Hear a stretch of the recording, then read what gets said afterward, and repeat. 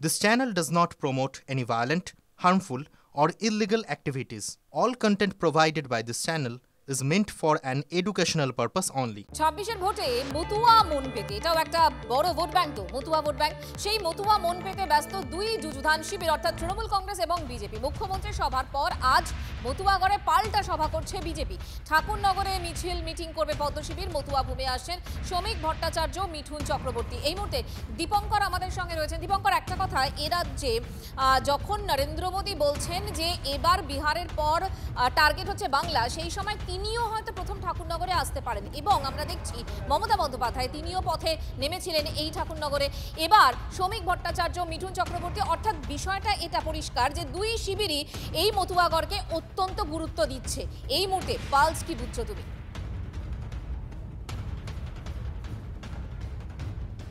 দেখো, একদমই তাই। দুই শিবিরই যেমন গুরুত্ব দিচ্ছে, তার পাশাপাশি তোমাকে বলবো যে মিছিল 3টি শুরু হওয়ার কথা থাকলেও শ্রমিক ভট্টাচার্যের আসতে একটু দেরি হচ্ছে, সেই কারণে আর কিছুক্ষণ পরে শুরু হবে। আমরা রয়েছি সুব্রত ঠাকুরের সঙ্গে, তিনিও প্রস্তুতি নিচ্ছেন। এখানে মিছিলকে কেন্দ্র করে যে মানুষজনের আনাগোনা, সেটা কিন্তু অনেক আগেই শুরু হয়ে গেছে। সুব্রত ঠাকুর রয়েছেন, আমরা সরাসরি তার কাছে একটু জানতে চাই যে এবারে এই যে নির্বাচন, এই নির্বাচনের আগে এই যাত্রা, এটা কি বলবেন? কিছুদিন আগে মুখ্যমন্ত্রী তিনিও একটা সভা করে গেলেন, র্যালি করে গেলেন, কি বলবেন? দেখুন, এটা হচ্ছে আমাদের পরিবর্তন সংকল্প যাত্রা, যেটা পশ্চিমবঙ্গের প্রত্যেকটা জেলাতে হচ্ছে। আমরা পশ্চিমবঙ্গের প্রত্যেকটা জেলার মধ্যে যে ব্লকগুলো আছে সেই ব্লকগুলোতে এবং আমাদের যে মণ্ডলগুলো আছে প্রত্যেকটা বিধানসভা, সেই মণ্ডলগুলোতে আমরা পরিবর্তন সংকল্পর যাত্রার, তার জন্য আমরা স্ট্রিট কর্নার যেগুলো পথসভা আছে তা করছি। তৃণমূল কংগ্রেস বারবার বলছেন আপনারা অর্থের বিনিময়ে কার্ড দিচ্ছেন, সেই কার্ড নিয়ে আপনারা নাগরিকত্বের কথা বলছেন, এটা কি ব্যাখ্যা দেবেন? তা তৃণমূলকে বলি, মানে মমতা ব্যানার্জি যিনি আছেন ওনাকে বলি যে, বা তৃণমূলকে বলি, এই যে কার্ড দেওয়া বা হিন্দুত্বর কার্ড, যে কার্ড আছে সে কার্ডগুলো ওনারা করে দিক, ওনারা অ্যাকসেপ্ট করে নিক, সিএটাকে আগে অ্যাকসেপ্ট করুক। মমতা ব্যানার্জি না করলে পরে, কারণ একটাই তো পোস্ট, বাকি তো সবই ল্যাম্প পোস্ট, অন্য পোস্ট যেগুলো আছে। আগে মমতা ব্যানার্জি সিএটা অ্যাকসেপ্ট করুক, সিটিজেন অ্যামেন্ডমেন্ট অ্যাক্ট, যার মধ্য দিয়ে উদ্বাস্তু, যেটা মেইন কথা, উদ্বাস্তু যারা আছে, উদ্বাস্তুদের মধ্যে সিংহভাগ হচ্ছে মতুয়া। এই মতুয়াদের রক্ষা কবচ যেটা, সেই রক্ষা কবচ যেটা আছে, তার মধ্যে দিয়ে তারা ভারতবর্ষের নাগরিকত্ব পাবে। মতুয়ারা কি আপনাদের সঙ্গে থাকবেন শেষ পর্যন্ত 26-এর নির্বাচন? শেষ পর্যন্ত কোথা দিয়ে? আমাদের মতুয়ারা তো সবসময় আমাদের সঙ্গেই রয়েছে। মতুয়ারা আমাদের সঙ্গে রয়েছে শেষ পর্যন্ত থাকার। এখানে তৃণমূল যেটা করছে সেটা হচ্ছে মানুষকে ভুল বোঝাচ্ছে। তৃণমূল মানুষকে ভুল বোঝাচ্ছে, এই ভুল বোঝানোটা বন্ধ হওয়ার দরকার। কিন্তু একটা অন্তর্দ্বন্দ্ব কিন্তু আজকেও লক্ষ্য করা যাচ্ছে যে মূল গেট, সেখানে আপনাকে বাদ দেওয়া হয়েছে। আপনার কাট আউট যদিও রাস্তার অন্য প্রান্তে রয়েছে, কিন্তু আপনার কোনো ছবি মূল গেটে নেই। দেখুন, মূল গেটে যে মূল গেট বানিয়েছে তাকে প্রশ্ন করলেই ভালো হয়। আর সুব্রত ঠাকুরকে কাউকে চেনাতে হয় না। সুব্রত ঠাকুর মানুষ জানে। বললে শ্রমিক ভট্টাচার্য আসতে দেরি হবে, শ্রমিক ভট্টাচার্য তার মানে আসছেন, যদি আমরা ধরেও নি মিঠুন চক্রবর্তী তিনি কি আসছেন? চেনানোর দরকার পড়ে না। তো এই সব ছোটোখাটো জিনিস আমরা সুব্রত ঠাকুর কাছে একটু জানার চেষ্টা করব যে শ্রমিক ভট্টাচার্য আসতে দেরি হচ্ছে, মিঠুন চক্রবর্তী কি আসছেন, এই ইনফরমেশন কি আছে? না, এখনও পর্যন্ত শুনেছি যে মিঠুনদা আমাদের মহাগুরু যিনি আছেন উনি আসবেন। তো এখন খোঁজ নিয়ে রিপোর্টটা নিতে হবে যে ওনার কোনো শিডিউল বা রাস্তায় কোথায় আছেন না, এখনও পর্যন্ত আমি ফোন করিনি, ফোন করে শুনতে হবে। দেখো, এর মধ্যে পুলিশ সূত্রে একটা ইনফরমেশন আছে, মিঠুন চক্রবর্তীর যে আসার, তার কিন্তু কোনো শিডিউল পুলিশের কাছে এখনো পর্যন্ত নেই। ফলে তো একটা দুরকম ভাবনা আছে। নজর রাখো। আপাতত তোমাকে ধন্যবাদ। বনগাঁয় গিয়ে যেগুলো বলে এসছে একদম ভ্যালুলেস কথা, এবং বিনা প্রতিশ্রুতিতে আজকে ওখানে গিয়ে মতুয়াদের ভোট কেনার জন্য শুধু গেছিল, যার জন্য আমাদের প্রতিবাদ ছিল। এই পশ্চিমবঙ্গে এসআর হবে তো টার্গেট মুসলমান, কিচ্ছু করতে পারবে না, একটা মুসলমানের কিচ্ছু হবে না। কারণ মুসলমান জানে আমাকে আক্রমণ করবে, আমাকে টার্গেট করবে, আমাকে ভোটার লিস্টের নাম কাটার জন্য সমস্ত চক্রান্ত হচ্ছে। সমস্ত কাগজপত্র চকাচক তাদের বাড়িতে রাখা আছে, ভাঁজ করে সুন্দর করে ন্যাপথলিন দিয়ে, পারফিউম দিয়ে, আতর দিয়ে রাখা আছে, কোনো চিন্তা নাই। বিজেপি বাড়াদের এই ষড়যন্ত্র সফল হবে না। মাঝখান থেকে মরবে কিন্তু গরিব হিন্দুরা, শিডিউল কাস্ট হিন্দু, পিছিয়ে পড়া হিন্দু। তারা জানে এটা তো ওদেরই জায়গা, বিজেপি মানে ওরাই, বিজেপিও হিন্দু, আমরাও হিন্দু, তাদের 12টা বাজবে এবং বাজছে। বাংলার বিধানসভা ভোটে মতুয়া ভোট ব্যাংক খুব যে জরুরি সেটা কিন্তু স্পষ্ট। মমতা বন্দ্যোপাধ্যায় যখন 25শে নভেম্বর গিয়েছিলেন এই মতুয়াগড়ে, তখন কি বলেছিলেন? নিজেকে মতুয়াদের পাহারাদার বলেছিলেন। শুনুন। আপনাদের কাউকে, যারা আপনারা এখানকার জেনুইন ভোটার, আগে ভোট দিয়েছেন 2024-এও, নরেন্দ্র মোদী প্রধানমন্ত্রী হিসেবে ইলেক্টেড হয়েছে কোন লিস্টে? 24-এর লিস্টে। তাহলে সে লিস্ট যদি বাতিল হয়ে যায় তাহলে তো গভর্নমেন্টও বাতিল হয়ে যাওয়া উচিত। আমি যদি কাউকে কথা দিই, আমি লাস্ট মোমেন্ট পর্যন্ত কথা রাখি।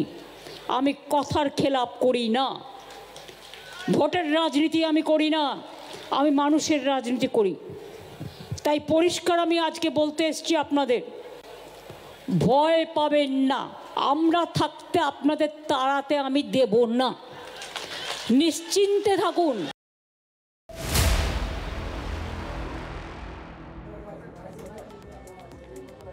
এসআইআর আবহে প্রধানমন্ত্রী নরেন্দ্র মোদীকে এবার ঠাকুর বাড়িতে নিয়ে যাওয়ার চেষ্টায় বঙ্গ বিজেপি। আমরা জানি এখনো পর্যন্ত যা ঠিক রয়েছে, আগামী 20শে ডিসেম্বর রানাঘাটে সভা করার কথা রয়েছে প্রধানমন্ত্রী নরেন্দ্র মোদী।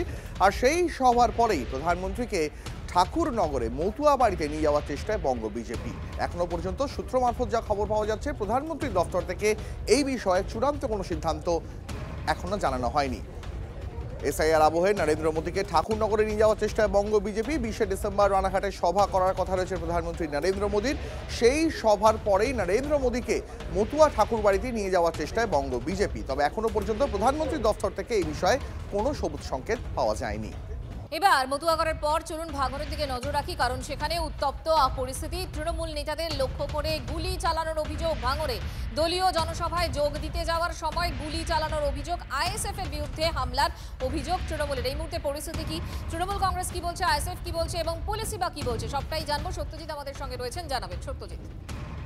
দেখো, তৃণমূলের পক্ষ থেকে ইতিমধ্যেই উত্তর কাশীপুর থানায় অভিযোগ দায়ের করা হয়েছে এবং সেক্ষেত্রে আইএসএফ এর মোট 8 জনের নামে অভিযোগ দায়ের করা হয়েছে।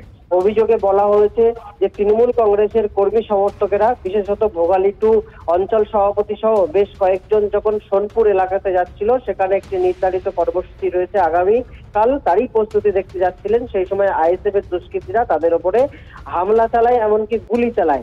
এই ঘটনায় যদিও আইএসএফ তাদের বিরুদ্ধে ওটা অভিযোগ অস্বীকার করেছে। পুলিশ পরিস্থিতি নিয়ন্ত্রণে আনার জন্য ঘটনাস্থলে পৌঁছায় এবং যারা উপস্থিত ছিল তাদেরকে সরিয়ে দিয়েছে। বর্তমানে সেখানে পুলিশ মোতায়েন করা রয়েছে এবং যথেষ্ট উত্তপ্ত পরিস্থিতি ছিল, সেটা পরিস্থিতি নিয়ন্ত্রণে এনেছে উত্তর কাশীপুর থানার পুলিশ আধিকারিকরা। আসলে মূলত পেছনে কারণটা কি গুলি চালানোর, সেটা কি বোঝা গেল? দেখো, আগামীকালই তৃণমূলের একটি সভা আছে সোনপুরে। সেখানে তৃণমূল কংগ্রেসের পক্ষ থেকে যেটা অভিযোগ করা হচ্ছে যে তাদের যারা কর্মী সমর্থক তারা জড়ো হচ্ছিলেন কাঠালিয়াতে এবং আমি আসছি সত্যি তোমার কাছে। শওকত মোল্লা আমার সঙ্গে রয়েছেন, এই মুহূর্তে কথা বলবো তার সঙ্গে। শওকত বাবু, এখনো পর্যন্ত আমরা কিছুক্ষণ আগে সত্যজিতের সাথে কথা হচ্ছিল, তিনি বলছিলেন যে আইএসএফ কিন্তু যে অভিযোগ উঠছে গুলি চালানোর ক্ষেত্রে, সেটা কিন্তু তারা সম্পূর্ণভাবে অস্বীকার করেছে। আপনার কাছে কি খবর রয়েছে? দেখুন, আমাদের 4 জন লিডার, আমাদের প্রধানের হাজবেন্ড রাজু, আলিনুর, রাকেশ এবং আরো 2 জন ছিল, এরা থানায় যাচ্ছিল, মানে আগামীকালকের যে সভা আছে সেই সভায় একটা লেটার দেওয়ার জন্য। হঠাৎ করে ঠিক কাঠালিয়া স্কুলে, যেখানেই ভোট গণনা কেন্দ্রে ভোট গণনার দিনে সেখানে ব্যাপক গুলি বারুদ বিভিন্নভাবে চলেছিল, আপনাদের চ্যানেলগুলোতে আমরা দেখেছি।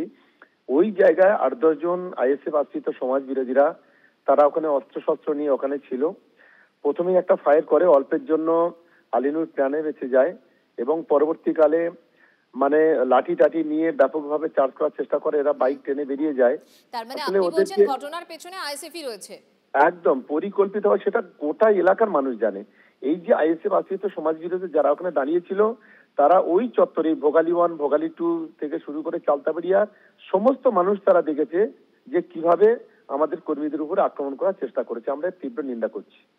ধন্যবাদ আপনাকে। তৃণমূল বিধায়ক শওকত মোল্লার সঙ্গে কথা বলছিলাম, তিনি পরিষ্কার বললেন যে এই ঘটনার পেছনে আইএসএফ আশ্রিত দুষ্কৃতীরাই রয়েছে এবং এই ঘটনার তীব্র নিন্দা করছেন তৃণমূল কংগ্রেস, এমনটাই শওকত মোল্লার বক্তব্য। সত্যজিতের কাছে যাই। সত্যজিৎ, তৃণমূলের ভার্সনটা আমরা পেলাম, শওকত মোল্লা কিন্তু পরিষ্কার বললেন যে এর পেছনে আইএসএফ রয়েছে, যদিও আইএসএফ গোটা অভিযোগ অস্বীকার করেছে। এখন পরিস্থিতি কি, পুলিশ কি বলছে? দেখো, পুলিশের পক্ষ থেকে এখনো পর্যন্ত অফিসিয়ালি কোনো কিছু জানানো হয়নি। তবে এই মুহূর্তে কাঁঠালিয়া এলাকায় প্রচুর পরিমাণে উত্তর কাশীপুর থানার পুলিশ মোতায়েন আছেন এবং যারা সেখানে উপস্থিত হয়েছিলেন তাদেরকে সরিয়ে দিয়েছেন এবং কি যারা সংবাদকর্মী সংবাদ সংগ্রহের জন্য যে গিয়েছিল তাদেরকে কিন্তু সেই জায়গা খালি করে দিয়েছে।